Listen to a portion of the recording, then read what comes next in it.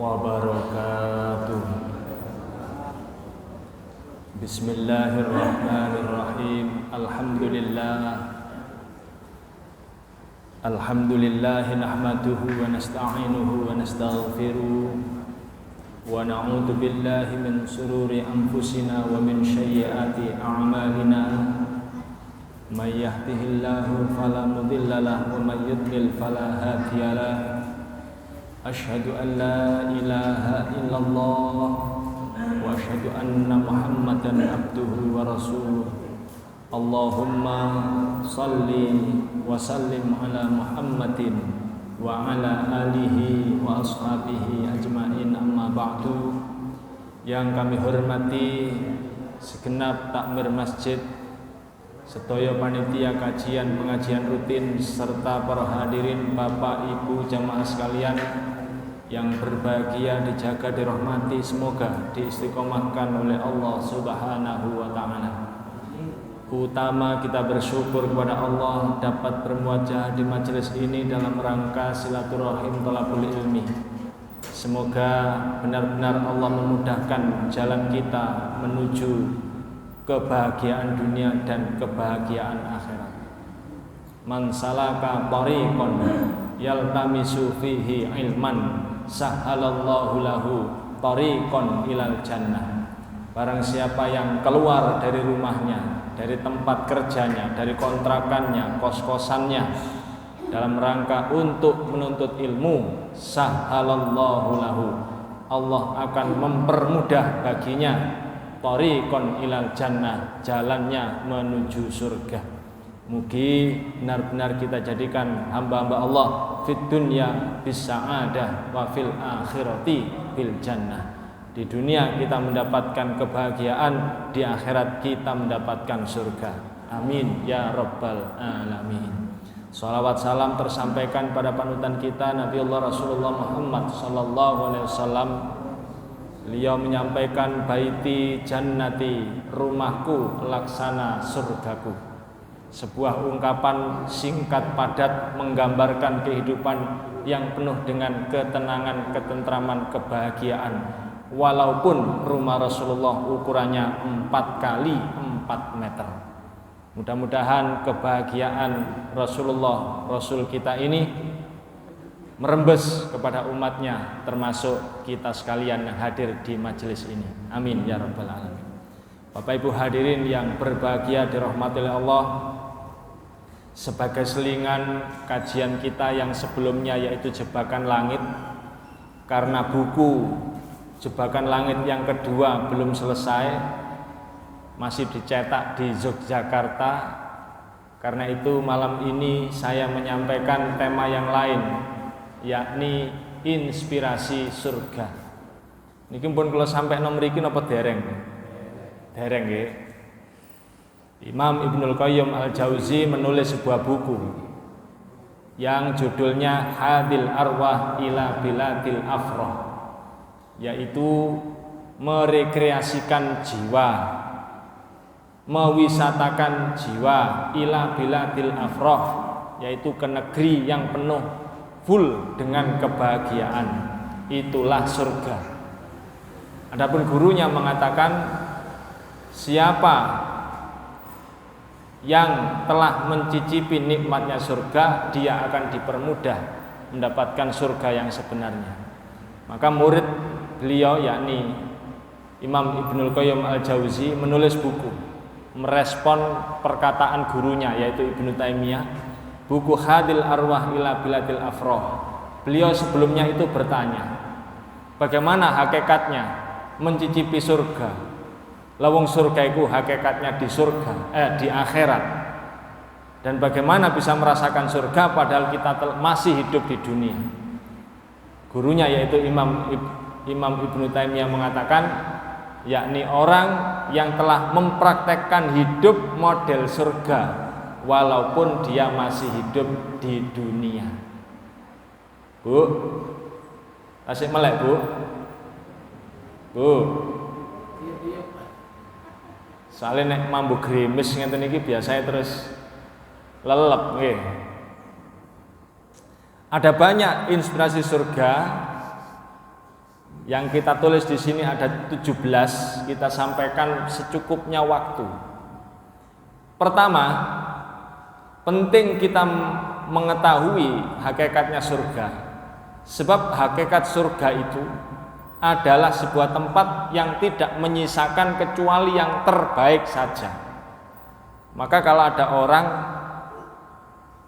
di dunia ingusen, teng akhirat, teng surga mboten enten wong ngebres-ngebres ingusen.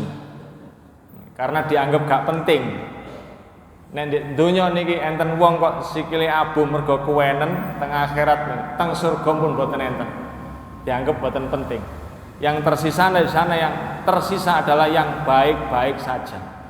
Karena itu mestinya kalau orang mencari inspirasi, cari sekalian inspirasi yang di sana hanya tersisa yang terbaik. Itulah hadil arwah ila biladil afrah, yaitu buku merekreasikan jiwa ke surga. Apa itu? Pertama, bahwa surga selalu menginformasikan tempat yang luas. Sebagaimana ayat panjenengan sudah hafal semua. A'udzubillahi minasyaitonirrajim. Wasari'u ila maghfiratin mir rabbikum wa jannah. Wa jannatin arduhas samawati wal ard uiddat lil muttaqin. Niki apal sedaya sebab nek bulan puasa sering disampaikan. Dan bersegeralah kalian untuk menuju ampunan Allah dan surga, di mana surga itu luasnya seluas langit dan bumi. Apa itu inspirasinya? Nek kula panjenengan saya pengen urip adem ayem tentrem sebagaimana yang diinformasikan surga, mestine kula panjenengan saya niku memiliki ada nek saged ada pekarangan yang luas. Kok sepi? Kok mboten nggih? Kenapa begitu? Sebab kalau kita menyebut surga lalu di sana disampaikan idealnya orang hidup tenang, tentram, bahagia itu tempat yang luas, berarti tidak bisa dipungkiri kalau rumah panjenengan, pekarangan panjenengan luas itu menyumbang kebahagiaan. Makanya panjenengan lek gak ada arto, monggo tumbas karangan sing ombo. Setuju? Setuju. Nggih, karek setuju mawon nggih. Gampang nggih ya, nggih. Penting prakteke nggih. Kita tidak bisa membayangkan betapa Indonesia yang subur, hijau rano seperti ini oleh data yang ditulis di berbagai media, 62% dari tanah pekarangan yang ada di Indonesia itu tidak lagi menjadi milik warga pribumi. Kemudian dikejar datanya dari mana? Terjadi perdebatan, akhirnya kemudian dikeluarkan data itu, ternyata justru yang mengeluarkan data bukan dari Indonesia, justru dari Bank Dunia. Kalau ini terjadi, bagaimana nasib anak cucu panjenengan? Bisa jadi pekarangan-pekarangan itu mereka punya privasi, kemudian bikin aturan. Aturannya tidak boleh masuk kalau bukan yang mereka izinkan. Berarti anak cucu kita dari yang sekian banyak jumlahnya ini harus berbagi tempat. Ini kalau dari waktu ke waktu umat Islam ini tidak makin sering menjual ya. Kalau makin sering menjual, makin lama makin sedikit.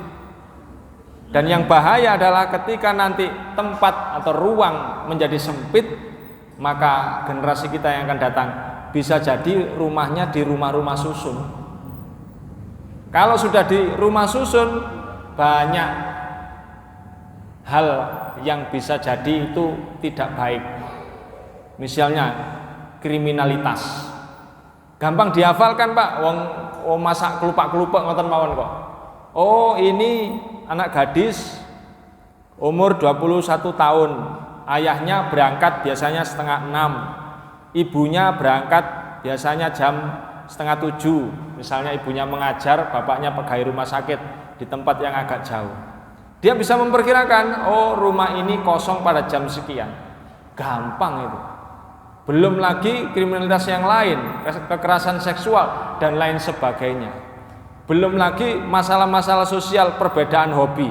Kamar sing sebelah hobine keroncong, sing sebelah hobine rock, sing sebelah maneh hobine koplo. Sing tengah-tengah hobine ngaji, sumpek sing nduk tengah niki. Masyaallah. Maka panjenengan hendaknya mempertahankan itu, Pak. Tidak sedikit loh, Pak, 62%. Panjenengan nanti bisa searching datanya di internet tuh, banyak sekali. Para rawuh yang dirahmati Allah, belum lagi kalau ngomong kedaulatan bangsa. Wah, ini kejeron nih, ini kejeron nih.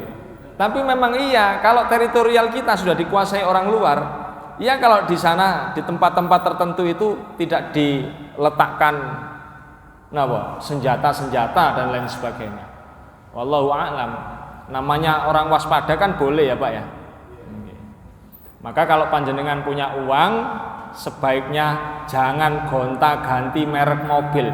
Itu keren zaman dulu lah, sebelum tahun 2020.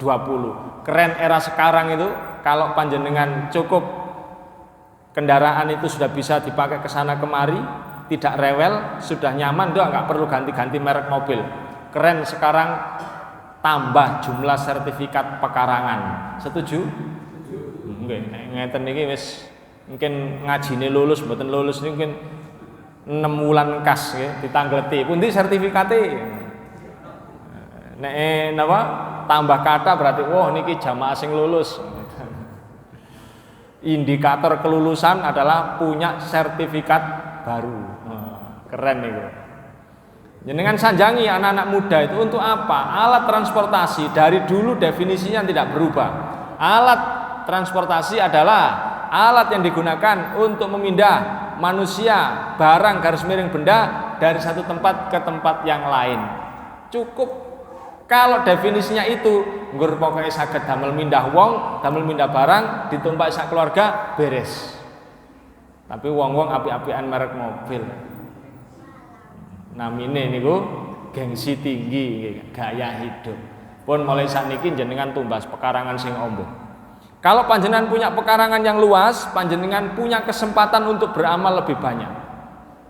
Apa itu? Satu, dengan panjenengan punya pekarangan, panjenengan bisa buat sumur. Lalu sumur itu airnya dialirkan. Nah, itu termasuk pahala yang abadi mengalir sampai hari kiamat.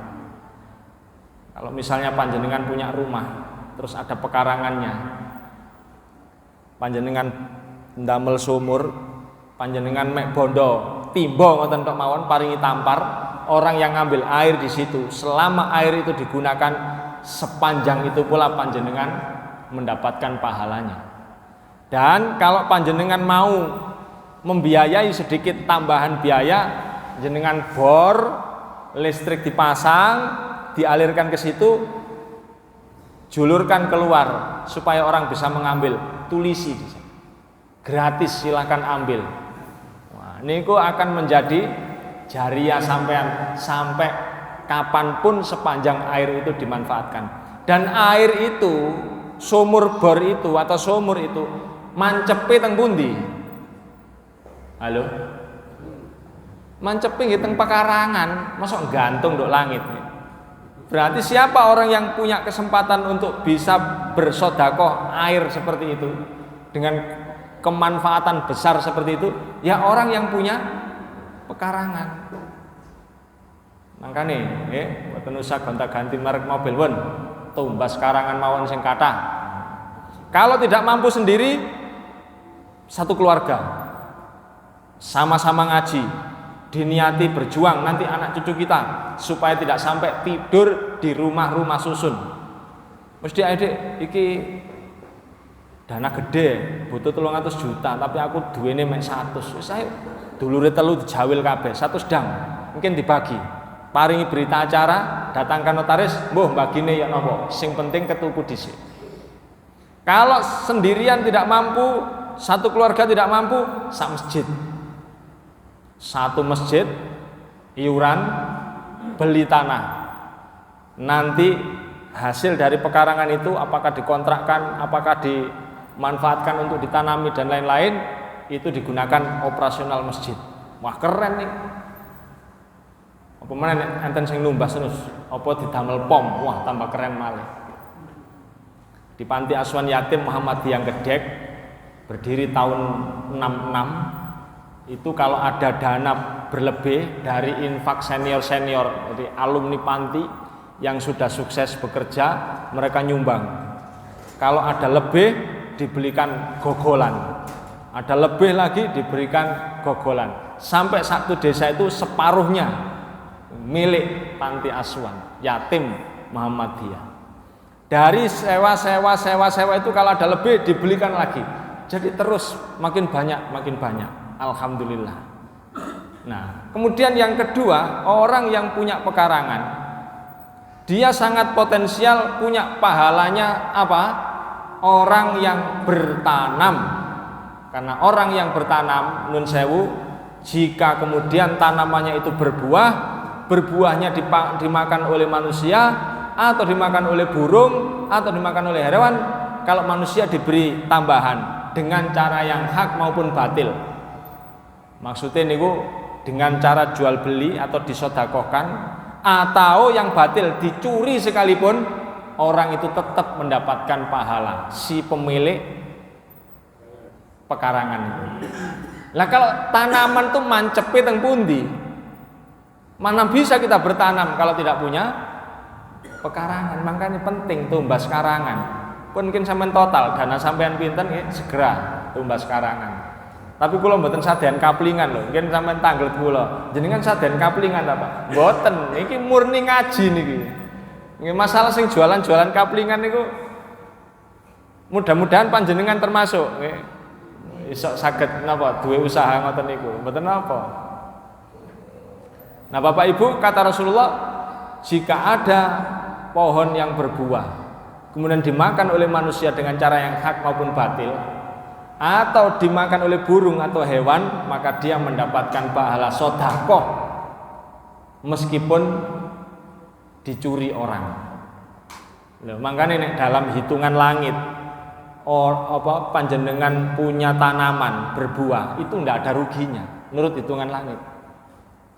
Sebab dicuri atau dijual sama-sama dapat pahala. Cuman kalau dijual ya panjenengan oleh tambahan rezeki, oleh pembukuan.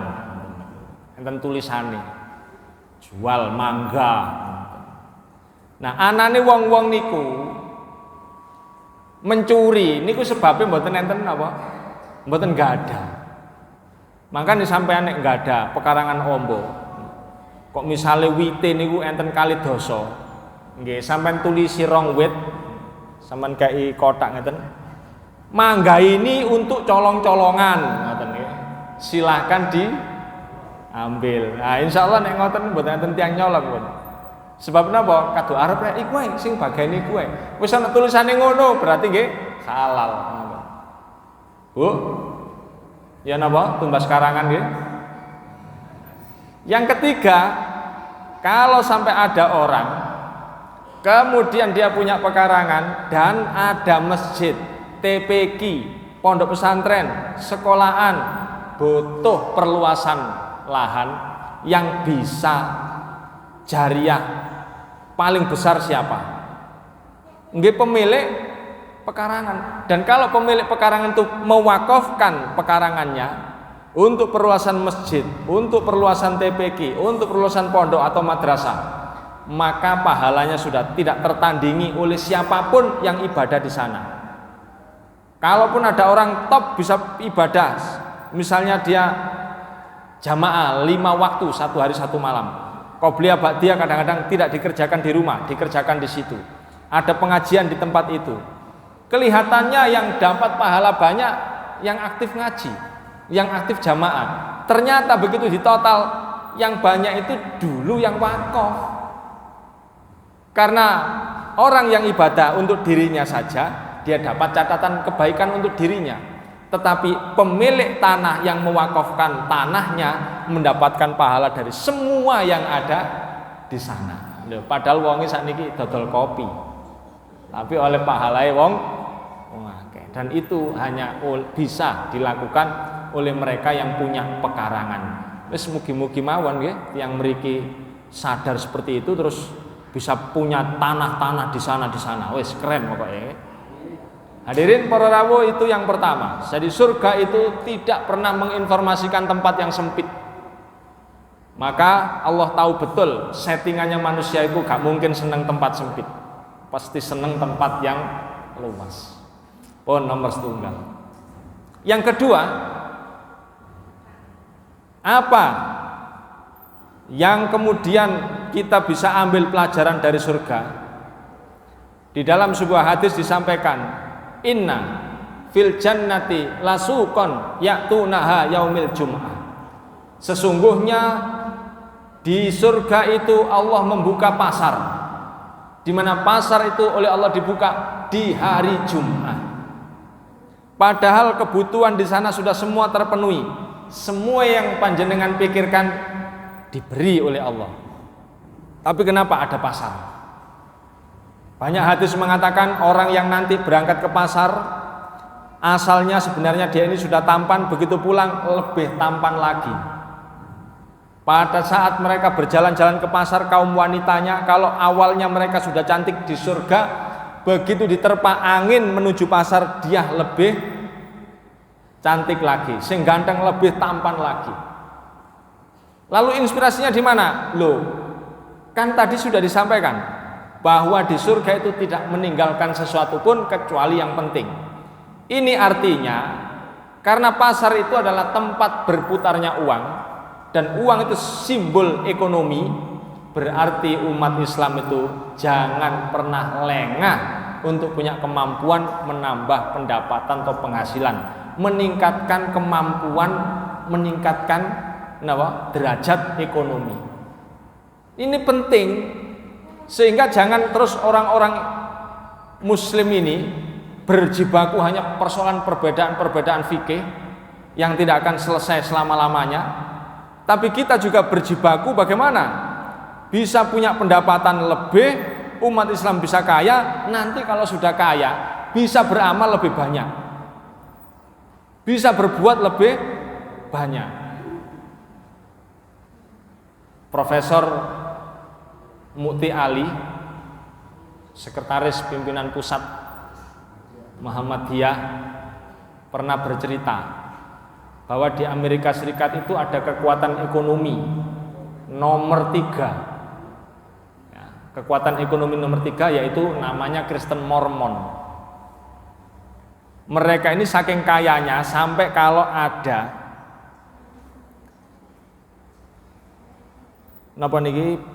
pemerintah membuat program atau rencana pembuatan jalan tol atau jalan raya, kok sampai nabrak gereja miliknya Kristen Mormon ini.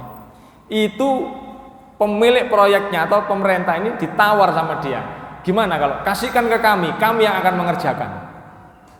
Jadi saking akeh duit dan usahanya itu menyebar di seluruh dunia, termasuk kalau di Indonesia itu yang kita kenal JW Marriott, itu miliknya Kristen Mormon. Betapa mereka ini kuat dananya. Nah, ini kalau uang ada atau dana banyak dan uang itu dipegang oleh orang-orang baik seperti panjenengan, wah, kebaikan itu akan mudah merekah. Saya setuju. Maka kemudian kita jangan lengah-lengah untuk persoalan ini. Apalagi kalau kita melihat Sirah Nabawi yang ditulis oleh Syekh Mubarakfuri, penulis terbaik, yaitu sejarah Rasulullah. Rasulullah itu sudah terjun di dunia kerja umur 8 tahun. Siapa yang membantah bahwa Rasulullah itu sudah mulai bekerja angon wedhus umur 8 tahun? Itu sejarah sejak kita kecil sudah dikenalkan. Yang belum dipraktekkan adalah memberikan pembelajaran kepada anak-anak kita untuk lebih cepat tahu cara mendapatkan uang. Wis gampangane ngoten. Ini yang kita telat. Apalagi makin ke sini kita makin memanjakan. Sehingga anak-anak kita umur 8 tahun, 10 tahun sampai umur SMP taunya HP. Nggak bisa kerja. Lah Rasulullah itu 8 tahun masuk dunia kerja. Angon wedhus. 14 tahun ikut akademi militer. Nah, Rasulullah ikut perang. 17 tahun ganti profesi. Dari penggembala kambing berpindah menjadi pedagang, ikut Sayyidatina Khadijah yang nanti kemudian menjadi istri beliau, dan waktu beliau umur 25 tahun kekayaannya sudah sangat banyak. Mana buktinya?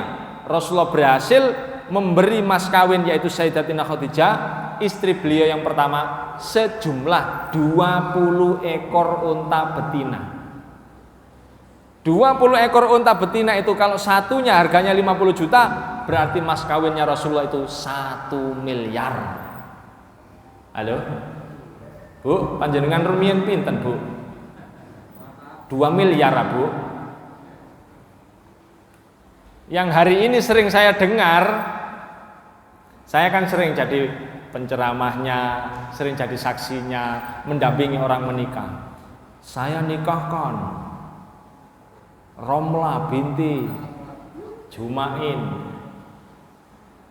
dengan mas kawin 1 juta rupiah dan seperangkat alat sholat dibayar tunai. Duit 1 juta saiki lho. Makne nyusoni kecilik, susu napa? Susu kaleng niku, susu napa? Bobok niku. Kira-kira oleh pirang bungkus iku duit 1 juta iku. Murah Rasulullah 1 miliar. Kenapa Rasulullah bisa seperti itu? Ya karena Rasulullah itu sudah terjun ke dunia kerja sejak kecil. Nah saya pengajar Pak, saya tahu betul anak-anak kuliah, ya kalau mereka jurusan peternakan, magang itu kira-kira semester 5, semester 6. Dan apa yang dilakukan oleh anak-anak magang itu belum memiliki sapi Pak, belum punya kambing. Mereka itu baru diajari carane nyampur pakan dan memberikan pakan pada jam sekian. Padahal Rasulullah 8 tahun, begitu 9 tahun Rasulullah jangankan urusan pakan, ngerungokno embeke wedhus niku pun apal. Oh iki mbek kademen, oh iki mbek keleson, oh iki mbek jaluk rabi, wis paham Rasulullah nih. Rasulullah iku ngerti iki wedhus dudul lagi susah, ngerti Rasulullah. Halo? Paham banget lah kita 21 tahun loh. Rasulullah 9 tahun, 8 tahun 9 tahun. Anak-anak kita jurusan peternakan 21 tahun. Makanya nggih telat.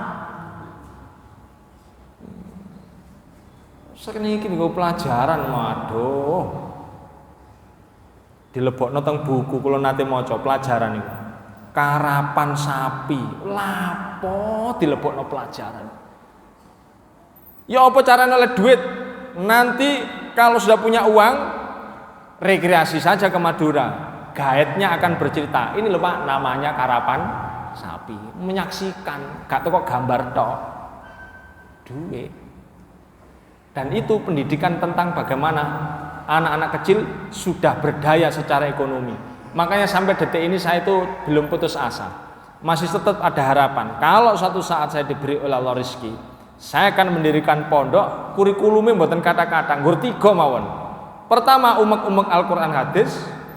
Kedua, mereka harus jago bela diri. Sak perangkatnya bela diri niku berarti nggih bela diri, renang, berkuda, memanah. Dan yang ketiga, mereka ini lulus umur SMA sudah punya sumber pendapatan. Jadi kan ditinggali mau diluluskan itu apa pekerjaanmu yang sudah kamu rintis di sini. Pak, saya sudah magang dan saya sudah punya usaha ngelas. Nah, teralis itu saya sudah bisa. Bener? Kamu sudah mengoperasikan, lihat pembukuannya.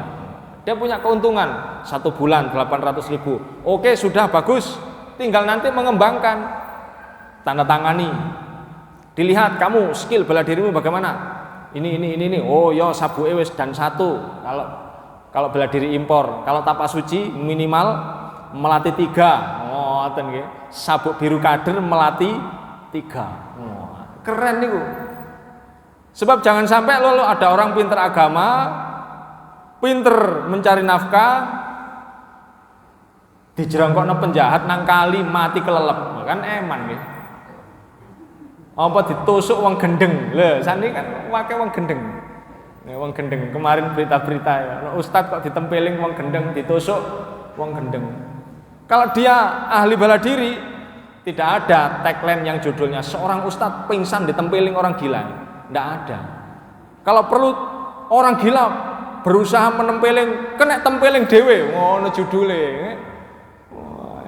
Nggih, makane arek nom-nom iki latih fisiknya. Minimal kayak niku lho, Habib Nur Magomedov sing nom-nom niki. Empuk ini si 6 kok empuk itu umur sudah 5, itu empuk gak apa-apa. Si 6 ini, wah, apa-apaan ini generasi kok ngene. Seperti Rasulullah itu ditantang oleh orang yang masih kafir. Itu ditantang, Rasulullah tidak perlu memukul orangnya. Kurma dicekal sikil sisi dijajak jalak robo, wonge melayu. Mikir dek nih, lu kurma sakmono dijebol ya, dhewe lah mau diar iki ngoten. Saya waktu masih muda, sama nomor piro? 20. Wah, waktu saya masih 18, mau iki sik mentol-mentol di niki dipalak oleh lari Mojokerto mriku. Kula ndamel niki GX Tornado, dia bawa King. Wah, kula dicegat, kula mandek. Duwe mboten kula apa-apano, tangki ini RX King niku dayang ngoten. Di starter maneh sepedae. Mboten sida njaluk. Ya mikir, walo wong napa? Tangki ini RX King muni kaya ngono iki ngelani kopeng apa gak? Dublek iki ngoten. Berangkat maneh dek nih. Besok ketemu saya. Halo bos. Oke, ngoten. Nggih, mestinya begitu. Anak-anak muda ini. Ini inspirasi surga, enggak main-main. Inna fil jannati lasuqan ya'tunaha yaumil jum'ah. Sesungguhnya di surga itu ada pasare buka dino Jumat. Wes, kurang ya napa. Dan nun sewu, kita harus paham betul umat Islam ini bahwa Rasulullah setelah mendirikan masjid di Madinah, yang kedua yang didirikan Rasulullah itu bukan pangkalan perang.